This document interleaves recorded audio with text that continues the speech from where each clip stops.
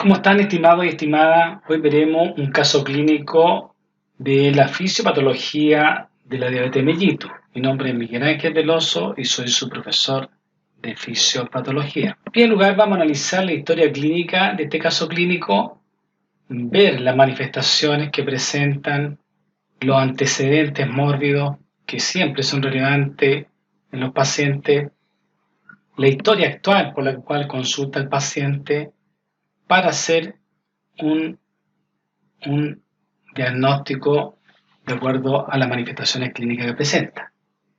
Luego analizaremos los exámenes de laboratorio. Entonces les presento el caso clínico. Paciente de sexo masculino de 55 años de edad con antecedentes mórbidos de diabetes mellitus tipo 2 e hipertensión arterial crónica desde hace más de 20 años, en tratamiento y control actual en forma irregular, con losartán de 50 miligramos cada 12 horas más hidroclorotiazida de 12.5 miligramos cada 12 horas para la hipertensión arterial y glibenclamida de 2.5 miligramos cada 12 horas más metformina de 850 miligramos cada 12 horas para la diabetes mellitus tipo 2. Quien refiere consultar por cuadro que se inicia hace 4 meses aproximadamente, caracterizado por poliuria, polidipsia y polifagia, agregándose una baja de peso de aproximadamente 12 kilos en los últimos 3 meses. El cuadro actual se agudiza la última semana, presentándose 2 días compromiso del estado general, anorexia, adinamia y astenia, a lo cual se agregan mareo, náusea, motivo por el cual decide consultar al servicio de urgencia. Entonces, lo primero, ¿no es cierto?, es ir analizando del comienzo la historia clínica para ir desglosando los antecedentes. Tenemos un paciente que es de sexo masculino de 55 años de edad, con antecedentes mórbidos de diabetes mellitus y hipertensión arterial crónica desde hace más de 20 años, en tratamiento y control irregular. Pues bien, estos antecedentes son tremendamente relevantes, dado que tiene diagnóstico de 2 patologías devastadoras dentro de la medicina interna, como son la diabetes mellitus, ¿cierto?, y la hipertensión arterial. En este caso, el paciente presenta diabetes mellitus tipo 2, que corresponde al 85-90% del porcentaje de la población diabética, es decir, la población que está en relación con antecedentes de obesidad, de sobrepeso. Recordemos que estas 2 patologías son las que causan la mayor cantidad de complicaciones a largo plazo dentro de las patologías crónicas. Por ejemplo, la diabetes mellitus tipo 2, ¿no es cierto? La diabetes mellitus produce ceguera. La primera causa de ceguera secundaria de patologías crónicas es la diabetes mellitus, seguido muy de cerca por la hipertensión arterial. Pero si el paciente presenta las 2 patologías, la verdad que se potencia la posibilidad de complicarse con esta ceguera, esta retinopatía diabética.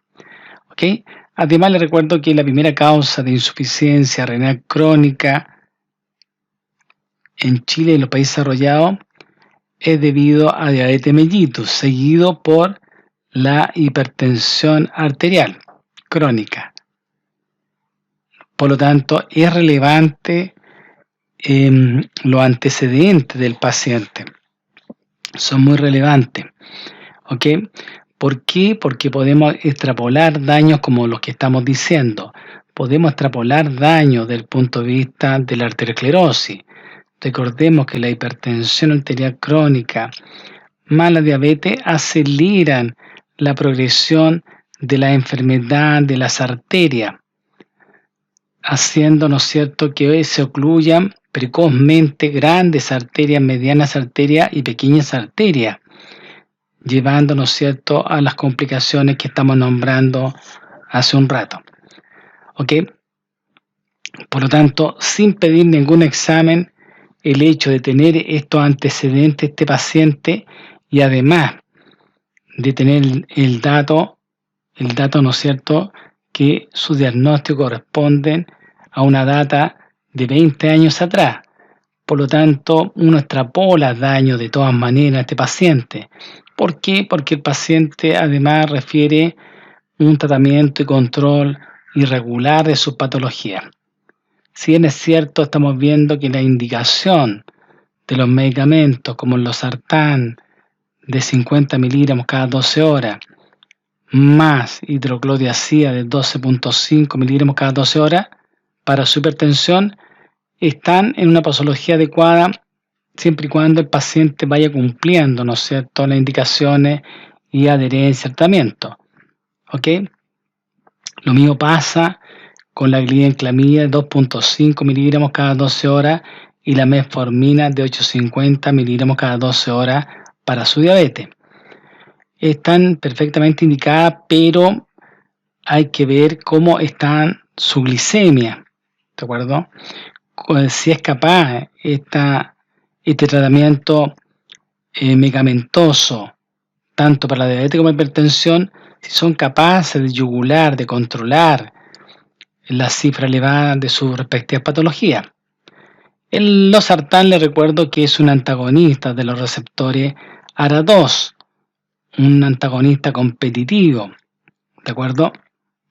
Por lo tanto, compite con la angiotensina 2, el más potente vasoconstrictor periférico que se genera en esta cascada, ¿no es cierto?, del eje renina-angiotensina-aldosterona. La hidroclorotiazida es un medicamento que está coadyuvando, ¿no es cierto?, está potenciando el efecto del losartán. Y en este caso, lo que hace el diurético es bajar, ¿no es cierto?, bajar el compartimento del agua, eliminando más agua. De esta manera baja la volemia, baja la presión arterial. ¿Ok? Con respecto a los medicamentos, la glibenclamida es un medicamento denominado secretagogo que actúa a nivel de las células beta de los islotes de Langerhans en el páncreas, ¿cierto? Esta es de la familia de la sulfonilurea, este medicamento, el cual estimula a las células beta a producir y liberar mayor cantidad de insulina. Por eso se habla que pertenece a la familia de los secretagogos, que ayudan a aumentar el rendimiento de las células beta, en este caso. En cambio, la metformina es un medicamento que, entre otras cosas, actúa a nivel periférico, disminuyendo la resistencia por receptor que se genera en la unión de la insulina con su receptor, valga la redundancia. Por tanto, si se fijan bien, el accionar de los dos mecanismos hipoglicemiantes van a ayudar a potenciarse entre sí, así como lo vimos con los medicamentos para la hipertensión arterial crónica, losartán y la hidroclorotiazida. Se fijan que es interesante los esquemas, como hablan de los mecanismos por el cual podemos controlar las patologías de base. Como le hemos comentado en clase, estas dos grandes patologías son una pandemia desde el punto de vista de enfermedades crónicas no transmisibles. Es una pandemia porque se da en todo el mundo.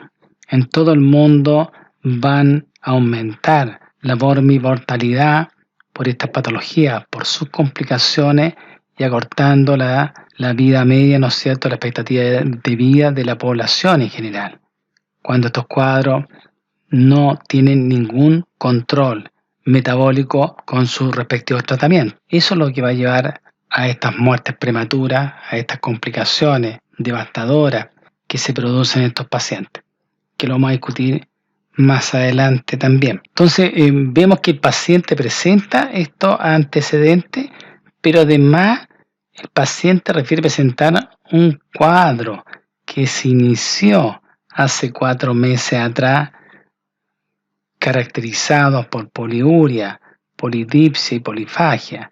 Poliuria significa orinar mucho, ¿no es cierto? Orinar con alta frecuencia y en gran cuantía. Polidipsia significa que el paciente presenta intenso deseo de beber agua, polidipsia. Polifagia lo mismo, intenso deseo de comer, pero en este caso de comer cosas dulces al paciente. Y además se agrega al cuadro clínico anterior una baja de peso de aproximadamente 12 kilos, ¿ya? En los últimos 3 meses, que pueden ser mucho más dependiendo del peso basal del paciente antes de la descompensación. Por lo tanto, estos dos cuadros de la medicina interna son los que producen estas alteraciones metabólicas muy severas. Entonces, el cuadro actual por el cual consulta el paciente es una descompensación de su diabetes, con esta triada que se suma a la baja de peso, ¿no es cierto?, característica. Recuerden que la poliuria va a aparecer siempre y cuando se superen los niveles de transporte máximo, de los transportadores máximo que tienen a nivel del tubo contorneado proximal. Es decir, recuerden que normalmente en la orina no se elimina glucosa, ¿no es cierto? Estos pacientes empiezan a eliminar glucosa por la orina, por lo tanto vamos a ver que se saturan los transportadores que con glicemia sobre los 180 miligramos por decilitro empiezan a eliminar glucosa por la orina. Por lo tanto, producen lo que se llama una diuresis osmótica, de tal forma que los nefrones, que son las unidades anátomo-funcionales de los riñones, no pueden contrarrestar este proceso patológico que está ocurriendo en su lumen, al interior de los nefrones, en la parte tubular. No pueden rescatar más glucosa porque los transportadores están saturados. ¿Ok? Entonces, esta concentración elevada de glucosa dentro de la porción tubular de los nefrones arrastra agua hacia el lumen urinario. Por eso se produce esta poliuria, ¿no es cierto? Y esta pérdida en gran cuantía de agua que va produciendo poco a poco una deshidratación en el paciente, estimula a nivel central, a nivel del hipotálamo, estimula lo que se llama polidipsia, ¿cierto? Esta sed intensa que tienen estos pacientes cuando están descompensados, ¿ya?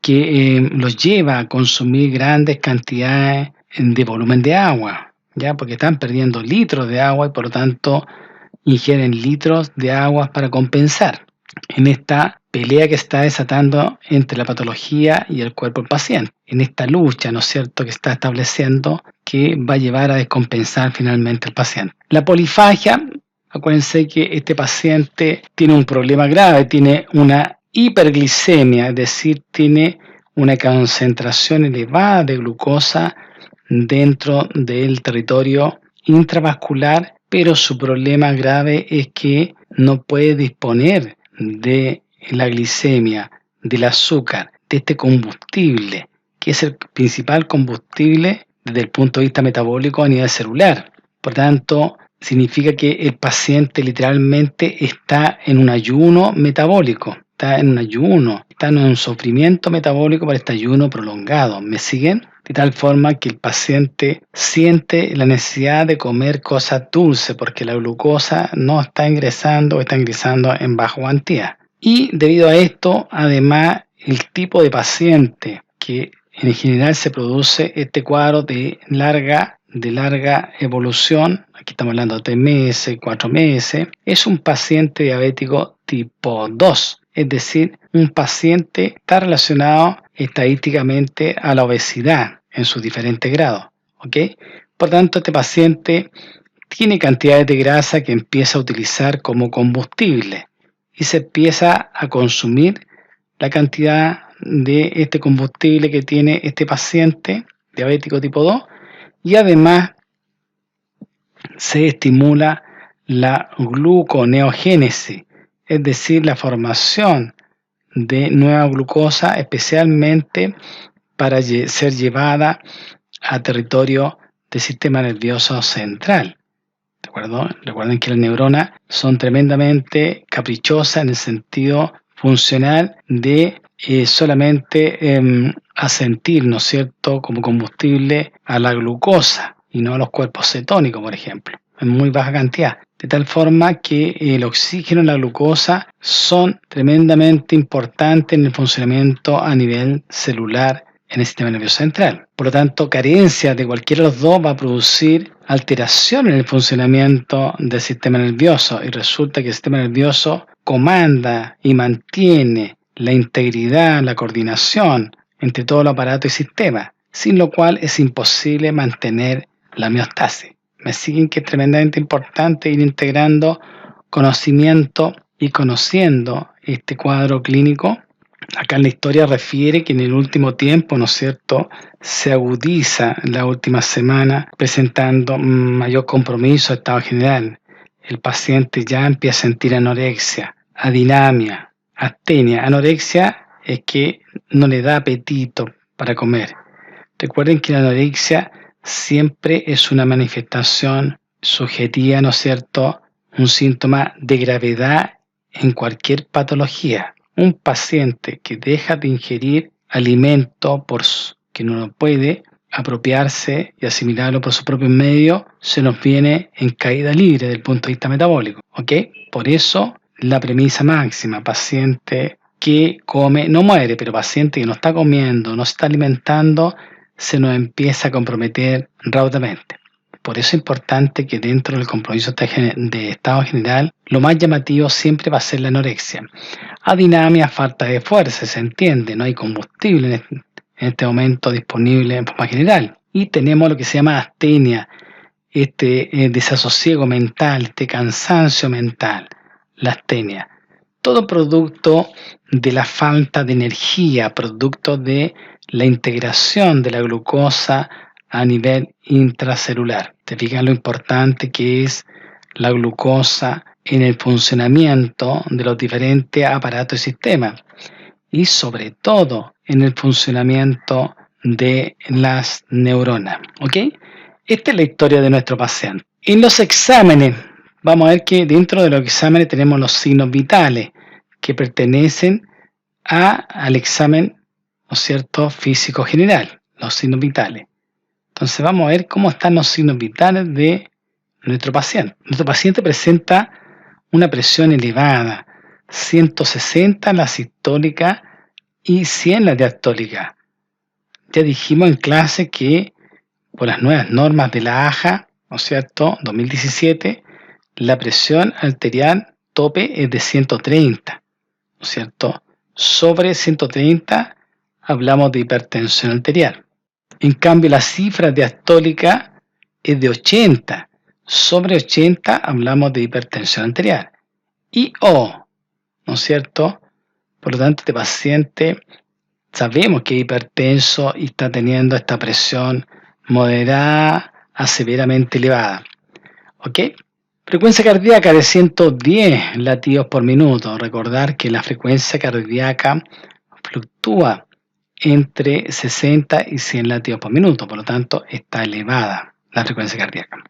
La frecuencia respiratoria presenta una frecuencia de 24 respiraciones por minuto, lo cual está elevado. El rango normal fluctúa entre 12 y 20 respiraciones por minuto.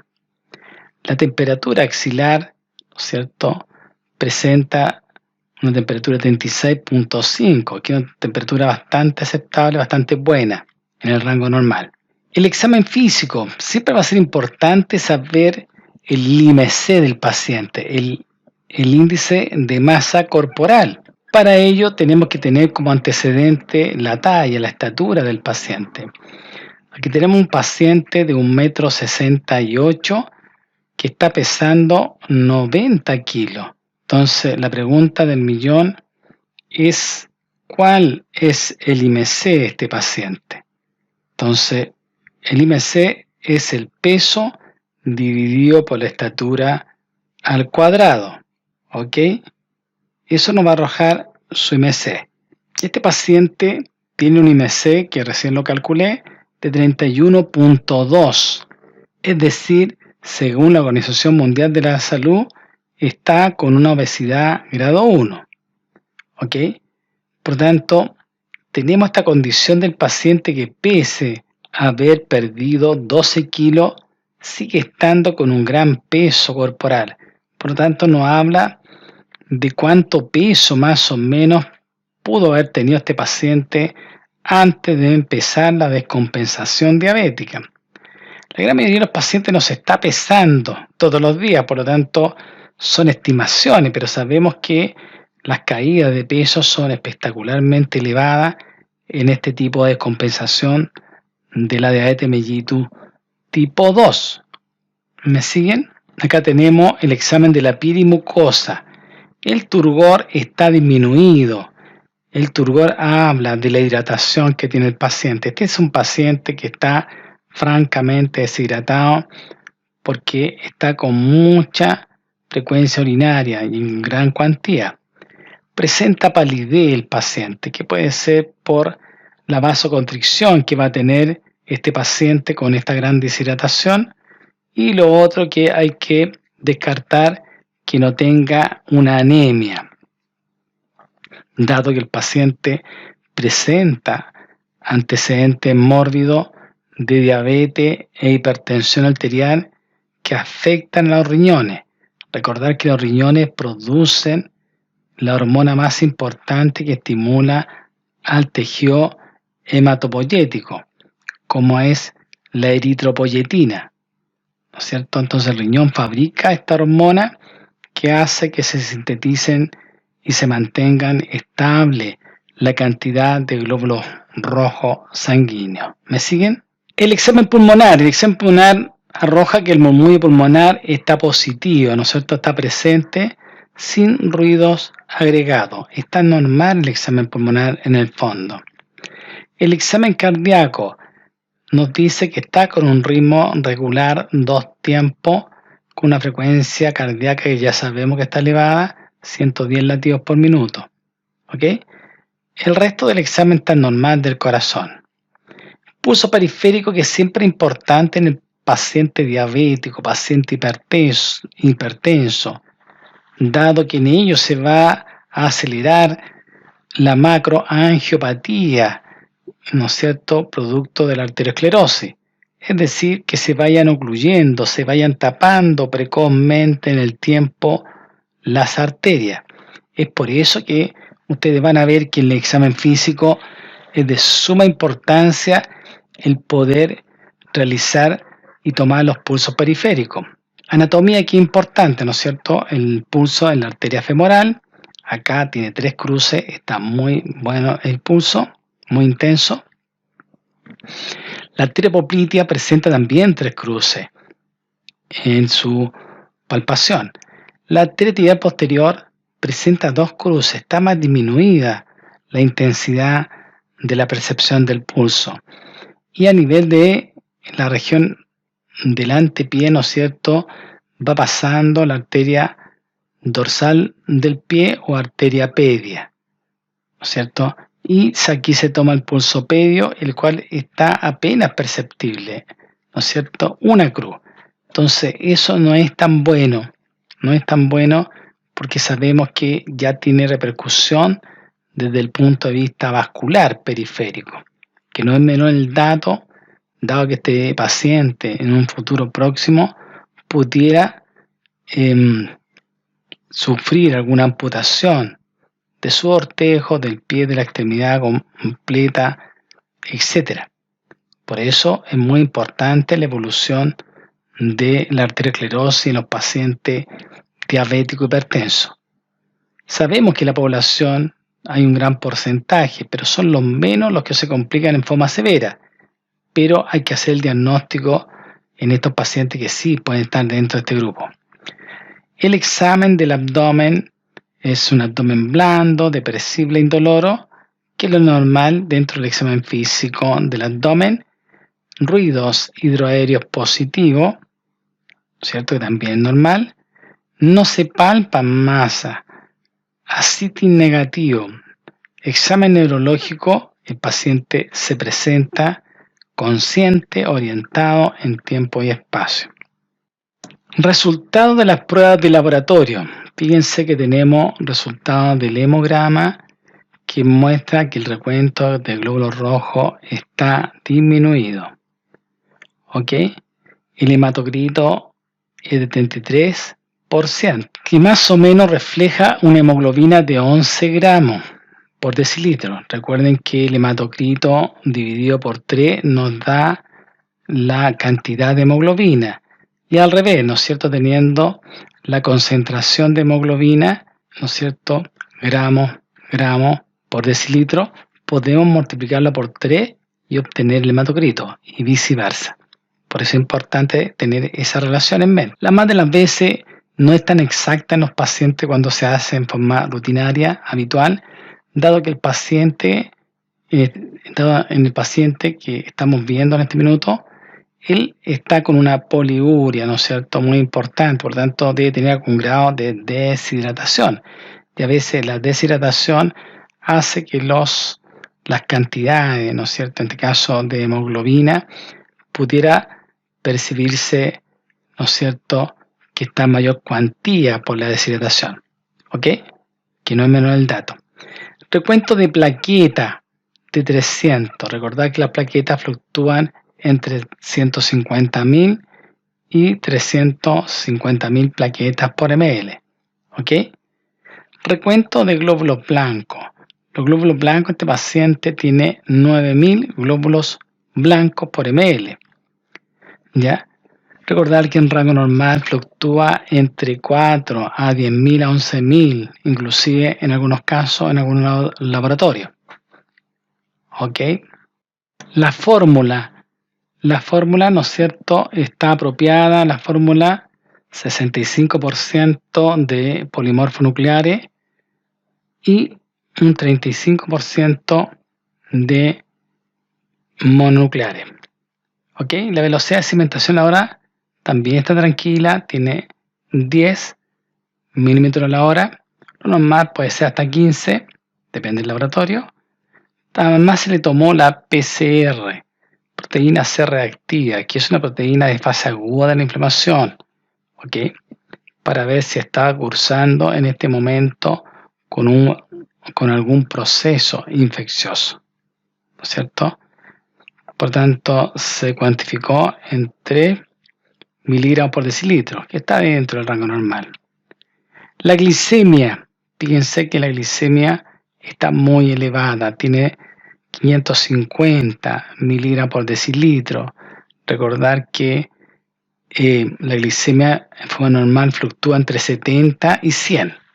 Entonces, comprenderán ustedes que está muy elevada la glicemia. Otro examen que es relevante es poder evaluar la función renal. Aquí se tomó una creatinina plasmática que arrojó un valor de 2.5 miligramos por decilitro, lo cual está muy elevado. En general, depende del laboratorio, la creatinina puede llegar hasta 1 miligramo por decilitro o, dependiendo del laboratorio, ¿no es cierto?, hasta 1.2 miligramos por decilitro. Pero acá, francamente, está muy elevada. ¿De acuerdo? Además, la urea o el BUN, ¿no es cierto?, que es el nitrógeno ureico en la sangre, ¿no es cierto? Acá tiene 50 mg, miligramos por decilitro. La verdad es que está elevada la urea, entonces está elevada la creatinina, que debiera estar en 1 o en 1.2, está en 2.5. Acá está elevada la urea o el BUN, ¿no es cierto?, que debiera llegar más o menos a los 20 miligramos por decilitro. Acá está en 50. Por tanto, estos dos parámetros nos hacen pensar que el paciente tiene un grado de daño renal. El colesterol está en 400 miligramos por decilitro, lo cual está muy elevado. Recordar que el colesterol, ¿no es cierto?, en su rango tope normal es de 200 miligramos por decilitro. Acá tiene 400. ¿Ok? La hemoglobina glicosilada del paciente tiene una hemoglobina de 13. ¿Ok? Sabemos que el paciente diabético, sabemos que la hemoglobina glicosilada es un criterio actualmente de diagnóstico de la diabetes mellitus. Pero nosotros sabemos que el paciente es diabético, por lo tanto la hemoglobina glicosilada, el gran valor que tiene, por una parte, cuando no tenemos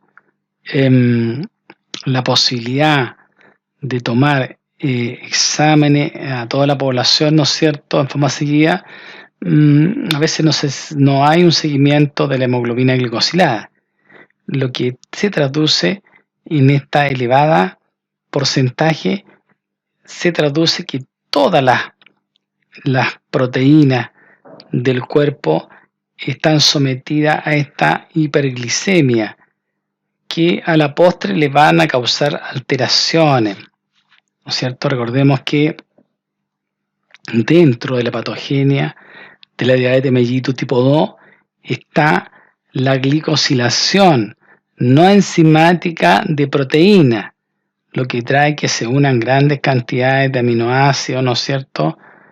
A estos aminoácidos se les una glucosa, ¿ya?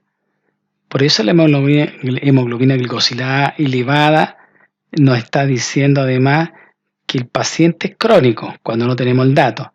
Nos está diciendo que está muy complicado el paciente. Normalmente debería llegar y no pasar los 6.5%. ¿Ok? Por tanto, la hemoglobina glicosilada es un buen marcador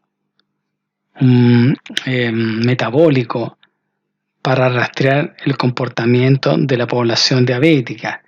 Si el paciente se porta mal, no se toma sus medicamentos, no se adhiere a las indicaciones, a la dieta, el paciente va a seguir desordenado desde el punto de vista de la glucosa. Solamente que cuando llegue a una glicemia de 180 va a aparecer glucosa por la orina, ¿ok? Por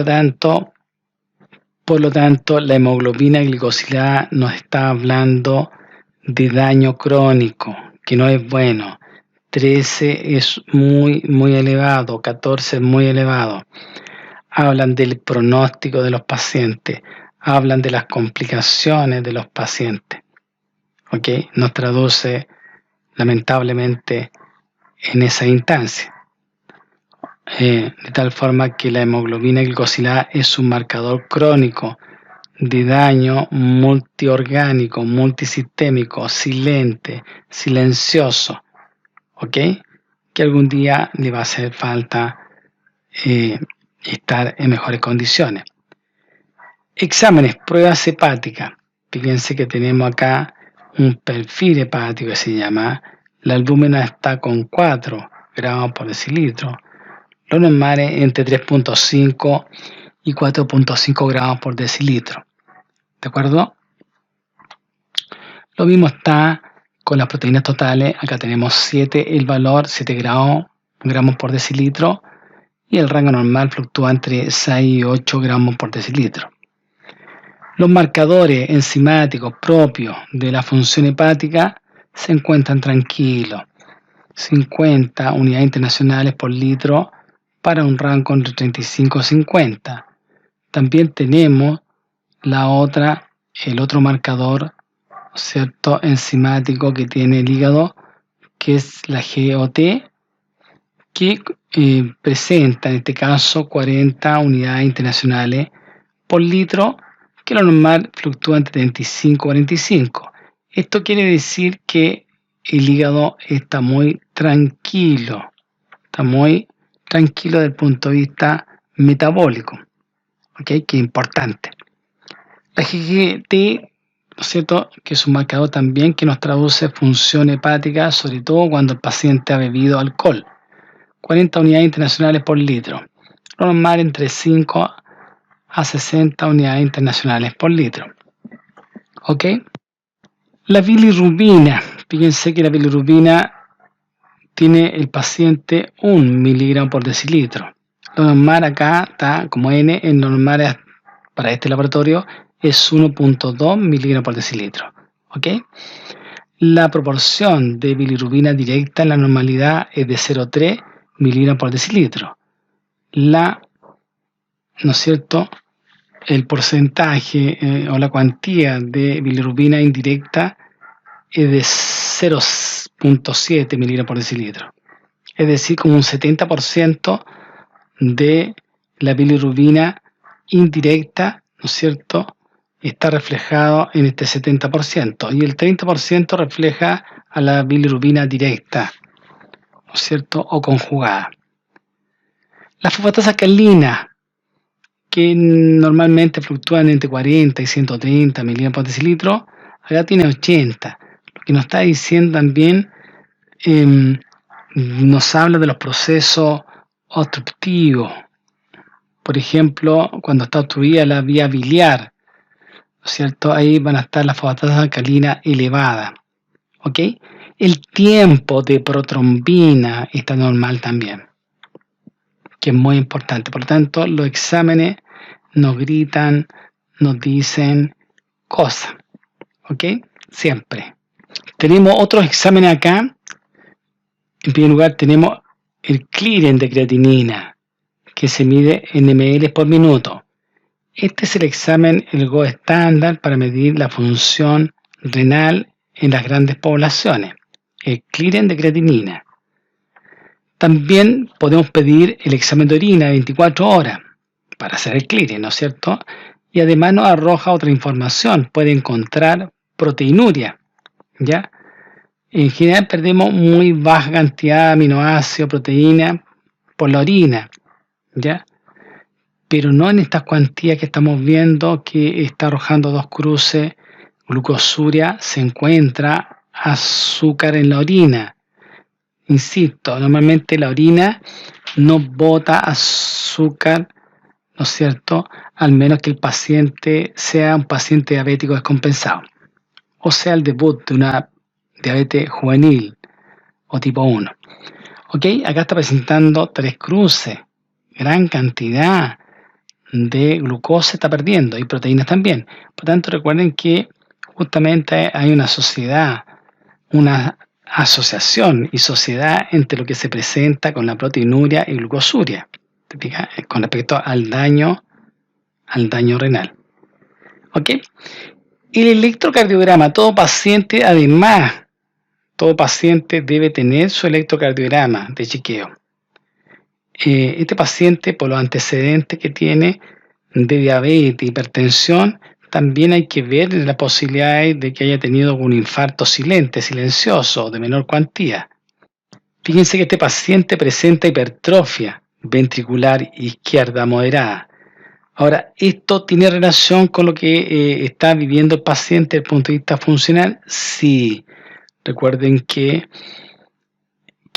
la hipertensión arterial produce finalmente una hipertrofia ventricular izquierda, en este caso moderada.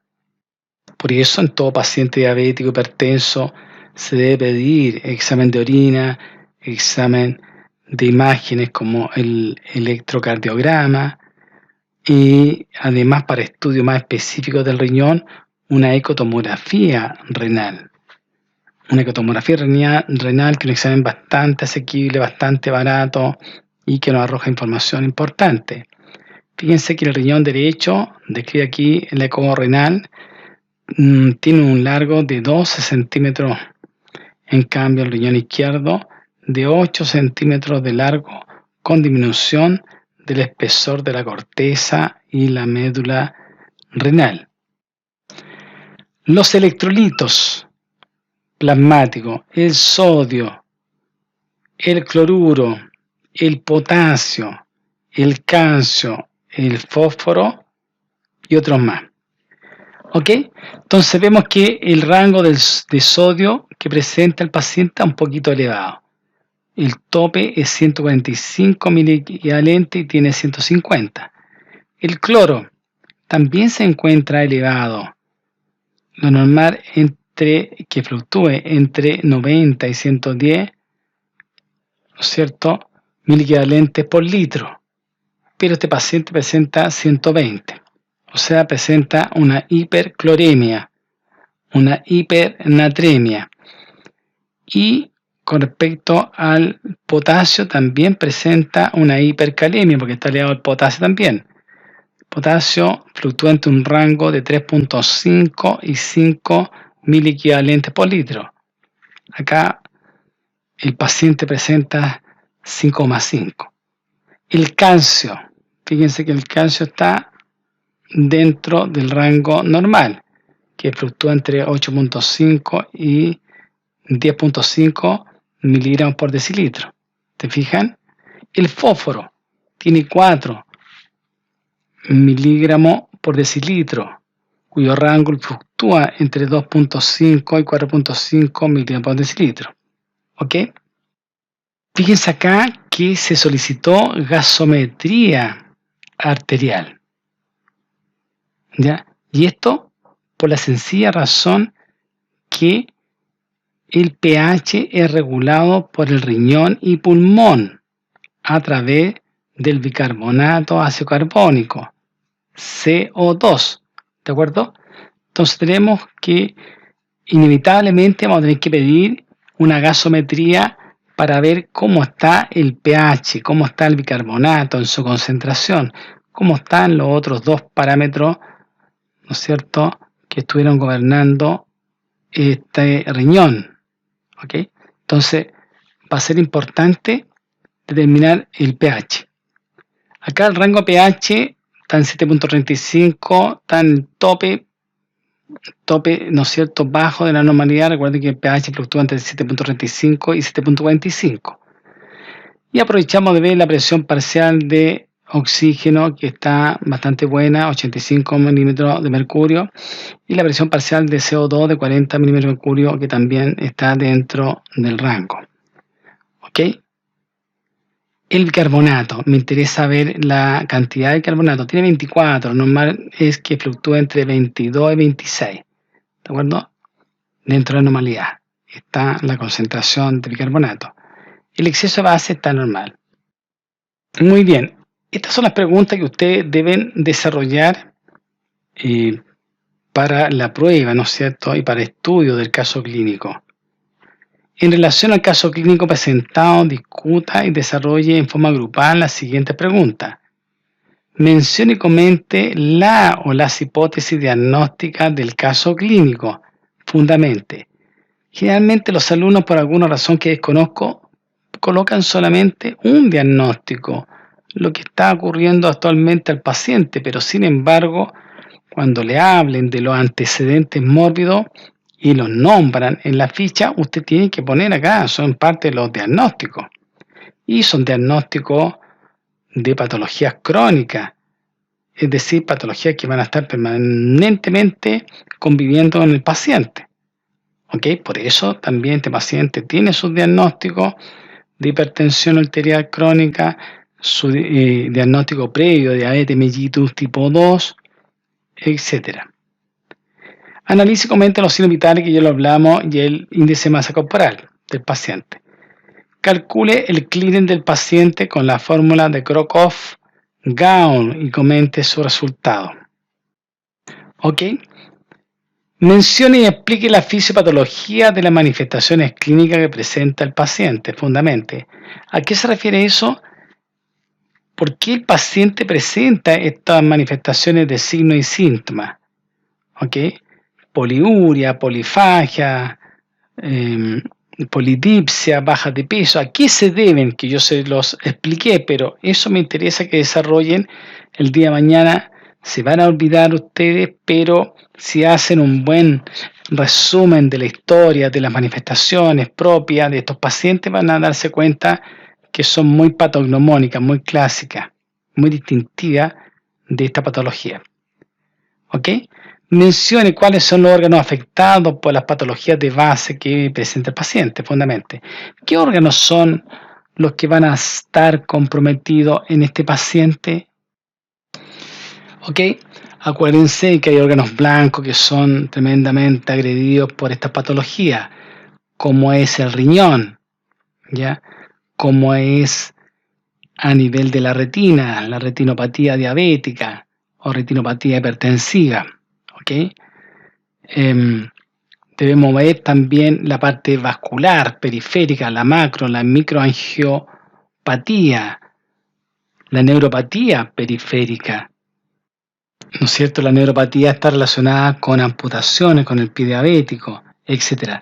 Recuerden que este grupo paciente presenta mayor incidencia de accidentes cerebrovasculares, mayor incidencia de insuficiencia cardíaca, mayor incidencia de infarto agudo al miocardio, mayor incidencia de enfermarse por patología infecciosa más que la población normal. Por tanto, un paciente bastante frágil desde el punto de vista metabólico, ¿ya? Siempre y cuando sus patologías de base estén sin control alguno, ¿no es cierto? ¿Cuál será el manejo del paciente y tratamiento en el servicio de urgencia? Por lo pronto tenemos a este paciente que está con la glicemia elevada, por lo tanto hay que bajar la glicemia, ¿no es cierto? Hay que hidratar al paciente que está muy deshidratado, que está comprometiéndose conciencia, hay que compensarlo en el fondo, ¿ok? Vamos a ver los criterios, los criterios, a repasarlos solamente. Recuerda que los vimos en clase, pero es relevante que se vayan acordando y memorizando estos criterios que presenta la diabetes en general, de tipo 1 y 2. Y nuestro paciente es un paciente diabético tipo 2. ¿Ok? Entonces tenemos hallazgo de una glicemia en un paciente, ¿no es cierto? Como el primer criterio, un hallazgo de una glicemia al azar, ¿no es cierto? A cualquier hora del día, mayor o igual a 200 miligramos por decilitro, más sintomatología de diabetes compensada, de diabetes descompensada, ¿no es cierto? Nos da el diagnóstico del paciente diabético, que muchas veces estos pacientes se enteran por las descompensaciones que hacen, ¿no es cierto? Muy parecido a lo que vimos en nuestro paciente, y presentando una glicemia muy alta, o sea, acompañado de poliuria, polidipsia, polifagia, baja de peso, a lo cual se nos agrega y acompaña y documenta y refuerza el diagnóstico que esté sobre la glicemia sobre 200 miligramos por decilitro. También está el criterio de screening, de búsqueda en población que está asintomática. Glicemia en ayuna igual o mayor a 126 miligramos por decilitro hace el diagnóstico de diabetes mellito. Sobre 126 miligramos por decilitro. ¿Se fijan? Tenemos el test de tolerancia a la glucosa, ¿ya?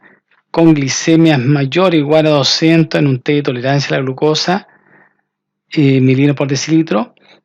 Después de 2 horas de haber ingerido 75 gramos de glucosa, si se encuentra sobre 200 o igual, el paciente es diabético. ¿Te fijan? Tenemos 3 criterios. Se nos agrega un cuarto criterio que es la hemoglobina glicosilada, mayor o igual a 6.5%. ¿Ok? Acá les presento un algoritmo para que se recuerden y lo estudien, vayan estudiando este algoritmo. Fíjense que tenemos un algoritmo que arroja lo siguiente.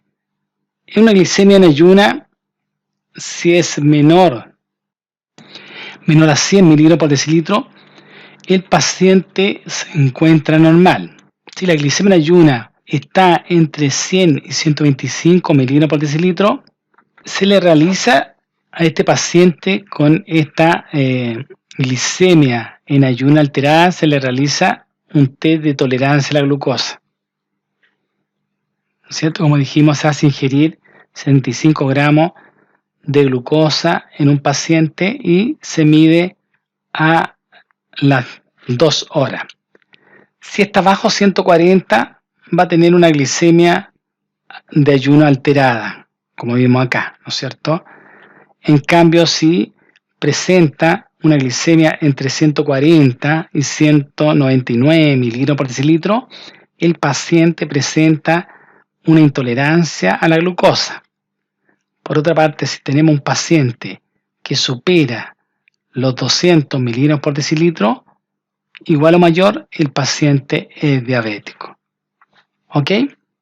Lo mismo está con una glicemia en ayuna, mayor o igual a 126 miligramos por decilitro, el paciente es diabetes. Esto para que les sirva más adelante. Recordar un poquito la diferencia entre la diabetes tipo 1, diabetes tipo 2. Recordemos que características muy particulares tienen estos pacientes que considerar, ¿no es cierto? La edad del diagnóstico, por ejemplo, la diabetes tipo 1, en general, la gran mayoría de los pacientes son menores de 20 años o alrededor de esta edad, ¿de acuerdo? El gran porcentaje. En cambio, la diabetes mellitus tipo 2 aparece más tardío, ¿no es cierto? Es otra la diabetes patogenia, por lo tanto, hay un daño progresivo, silente en el tiempo, que se manifiesta décadas después. Aquí estamos en la cuarta década, en la quinta década, el paciente puede recién debutar por una descompensación diabética o encontrarse una glicemia alterada o que cumpla los criterios, ¿no es cierto?, que vimos anteriormente para diabetes. Desde el punto de vista del género, hay igual proporción entre hombres y mujeres en la diabetes tipo 1. En la diabetes tipo 2 hay mayor proporción de mujeres. Recordar que las mujeres tienen mayor cantidad de grasa en forma cíclica, hormonal, ¿no es cierto?, y el varón tiene mayor cantidad de masa muscular. Cuando se presenta el cuadro de compensación de la diabetes, en la tipo 1 es brusca, violenta, en una semana, 2 semanas tiene comprometido al paciente. En cambio, en la diabetes tipo 2, el paciente está, ¿no es cierto?, afectado de larga data. El paciente tiene 1 mes, 2 meses, 3 meses antes del debut de la descompensación. Es silenciosa, ¿no es cierto?, la presentación, hasta que se empieza a descompensar el paciente. Fíjense que el peso corporal es importante para el somatotipo de pacientes que vamos a tener. Este tipo de paciente, el diabético tipo 1, tiene un peso normal o generalmente son muy delgados. En cambio, el perfil de los pacientes con diabetes mellitus 2 presentan una obesidad el 80% de ellos y el resto sobrepeso, probablemente, ¿no es cierto? Fíjense que otra diferencia importante es la presencia de cetoacidosis diabética, que en forma severa o moderada solamente afecta a los pacientes diabéticos tipo 1. En cambio, en los pacientes diabéticos tipo 2 no es frecuente la cetoacidosis. Se ha descrito también en el último tiempo, pero una cetoacidosis leve, porque la etiopatogenia es diferente en estos pacientes. Les recuerdo que en la tipo 1 es por déficit de insulina. Ya el 90% de los diabéticos tipo 1, el cuadro tiene una etiopatogenia autoinmune, es decir, no se sabe por qué razón los anticuerpos empiezan a atacar, ¿no es cierto?, a las células beta productoras de insulina en el páncreas y las destruyen. ¿Ok? Por tanto, el paciente para sobrevivir debe recibir insulina, terapia hormonal, ¿no es cierto?, o terapia sustitutiva o de reemplazo de por vida, como es la insulina. Son pacientes insulino dependientes. Sin la insulina es imposible sobrevivir. Y lo otro, que el 10% de este grupo paciente también se destruyen las células beta productoras de insulina en los islotes de Langerhans del páncreas, pero no se sabe la razón del por qué y se encuentran que los anticuerpos están negativos en el 10%. ¿Ok? Por eso es importante. Ahora, como este paciente no produce insulina, se produce una desregulación a nivel hepático, en el cual la otra hormona que se produce en el páncreas, la otra hormona que regula el metabolismo de los carbohidratos, que es el glucagón, se encuentra muy, muy elevada. Al estar muy elevada el glucagón, que es una hormona hiperglicemiante, ¿no es cierto?, va a hacer que se active la cascada de la cetogénesis, de la formación de cuerpos cetónicos, los cuales van a ser utilizados como combustible por el paciente. ¿Ok? Pero es muy severo la cetoacidosis, de tal forma que baja el pH sanguíneo. de aquí hablamos que presenta una cetoacidosis moderada a severa el paciente con diabetes mellitus tipo 1. En cambio, el paciente con diabetes mellitus tipo 2 no presenta o es muy leve la presentación de una cetoacidosis que refieren algunos textos o la literatura puntualmente. Proporción, como dijimos, el 10% de la población diabética va a ser diabetes mellitus tipo 1 y el 90% restante diabetes mellitus tipo 2. ¿Ok? Con respecto a la insulina, vamos a ver que dijimos que no produce la insulina, se va destruyendo las células beta que producen la insulina, por lo tanto está disminuida siempre. En cambio, en la tipo 2, en el momento del diagnóstico es variable, puede estar disminuida o elevada, o en rangos normales. Historia familiar, infrecuente en los tipo 1, frecuente en los tipo 2. Genética, fíjense que se encuentra asociado al haplotipo HLA, ¿no es cierto? Complejo mayor de histocompatibilidad. Y la diabetes tipo 2 presenta un polimorfismo genético. ¿Okay? Otra característica los diferencia que ya dijimos que la diabetes tipo 1 presenta entre un 85 y 90% de los casos presenta autoanticuerpos, ¿no es cierto? Que nos vemos en la tipo 2. Por tanto, esta es una patología, la diabetes mellitus tipo 1, que presenta y detectamos estos anticuerpos, ¿no es cierto?, contra la propia glándula, ¿no es cierto?, son el porcentaje mayor de diabetes mellitus tipo 1. Etiología viral posible. Antes del debut de estos pacientes con diabetes mellitus tipo 1 está el antecedente de infección viral siempre. Fíjense. En cambio, en los tipo 2 no hay relación alguna. También se puede presentar con otras patologías autoinmunes, la diabetes mellitus tipo 1. ¿Ok? En cambio, la tipo 2 no hay relación alguna con alguna otra endocrinopatía que pudiera estar asociada. Células beta, que ya dijimos, por debajo de lo normal, va en caída libre, va en destrucción, y las células beta en la diabetes tipo 2 están normal o hay variabilidad, ¿no es cierto?, dependiendo de la etapa del diagnóstico. ¿Ok? Recordar estos síntomas clásicos de compensación de la diabetes mellitus: poliuria, polidipsia, pérdida de peso y polifagia. ¿Ya? Si ustedes saben explicar a qué se deben estas manifestaciones clínicas, significan que entendieron muy bien la patogenia de la diabetes mellitus o diabetes dulce. ¿Ok? Complicaciones. Fíjense que las complicaciones de la diabetes son devastadoras.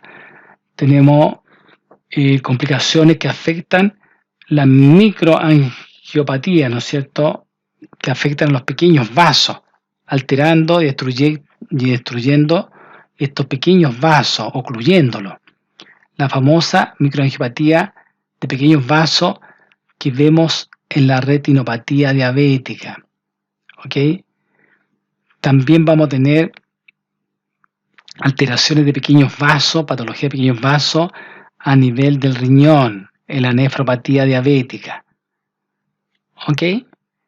Y además vemos que están afectados los vasos pequeños que alimentan al sistema nervioso periférico, como son los vasos, la vasa, vasarum, que son vasos chiquititos que van a dar la irrigación a los nervios periféricos, los cuales pueden producir lo que se llama neuropatía vegetativa, que afecta al sistema nervioso autónomo, simpático y parasimpático. Y está la neuropatía sensitiva, distal, ¿no es cierto? Acá estamos viendo la parte distal, que es la que recepciona, ¿no es cierto?, los estímulos dolorosos y son informados a nivel del sistema nervioso central. Pues bien, estos pacientes dejan de sentir por estas alteraciones de la irrigación que va comprometiendo en forma irreversible a los pacientes, ¿ya? Pueden aparecer hipoestesia, ¿no es cierto? Baja sensación a la palpación, ¿no es cierto? Eso es hipoestesia. Parestesia, que son los hormigueos. El dolor desaparece, ¿no es cierto? Y por lo tanto el paciente se puede quemar eventualmente con un guatero, con aumento de temperatura si no se tiene cuidado, ¿ok? Lo que pasa acá en esta forma de calcetín que tiene la polineopatía sensitiva distal, también la vemos en la región de las manos, ¿no es cierto? ¿Ok? La neuropatía vegetativa que afecta a la vejiga, al territorio espláncnico, produciendo una enteropatía, enlentecimiento del tránsito intestinal, diarrea, estreñimiento, se desordena completamente el tubo digestivo, ¿ok? Y se altera la peristalsis, ¿de acuerdo? Gastropatía diabética, se va alterando el funcionamiento, el estómago se va alterando su motricidad de tal forma que se empieza a reflejar por la mayor retención de alimentos, la menor progresión que tiene de su contenido en el tiempo. Todo un desastre desde el punto de vista metabólico neurológico, ¿ok? A nivel de los grandes vasos ocurren las complicaciones macroangiopáticas de la diabetes mellitus, como es el infarto agudo al miocardio que afecta a la arteria coronaria, el infarto cerebral producido por la arteria cerebral media generalmente, ¿ok?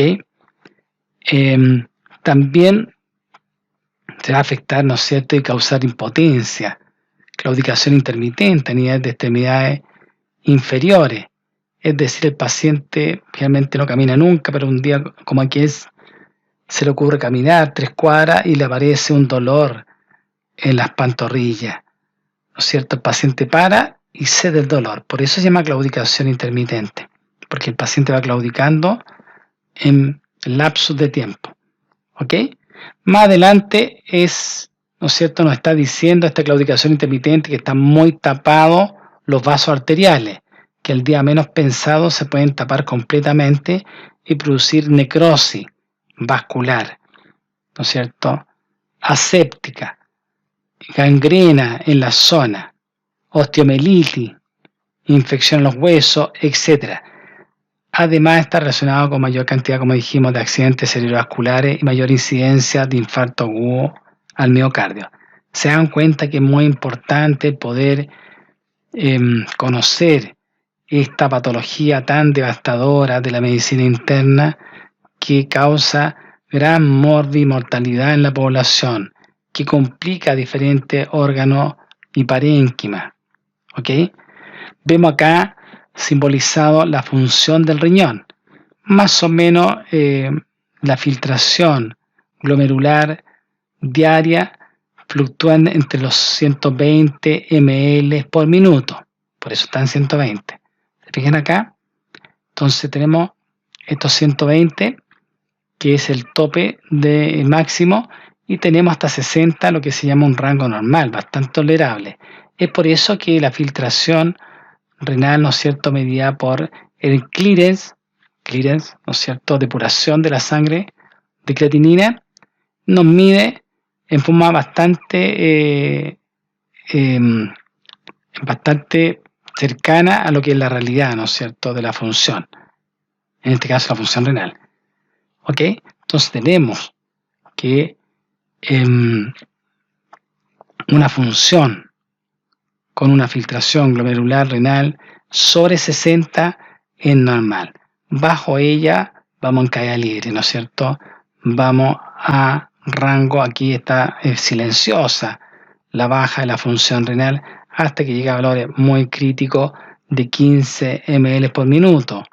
De aquí hacia abajo es insuficiencia renal terminal, que va a requerir para vivir el paciente hemodializarse o hacerse una peritoneodiálisis para lograr sobrevivir, ¿ok?, de por vida.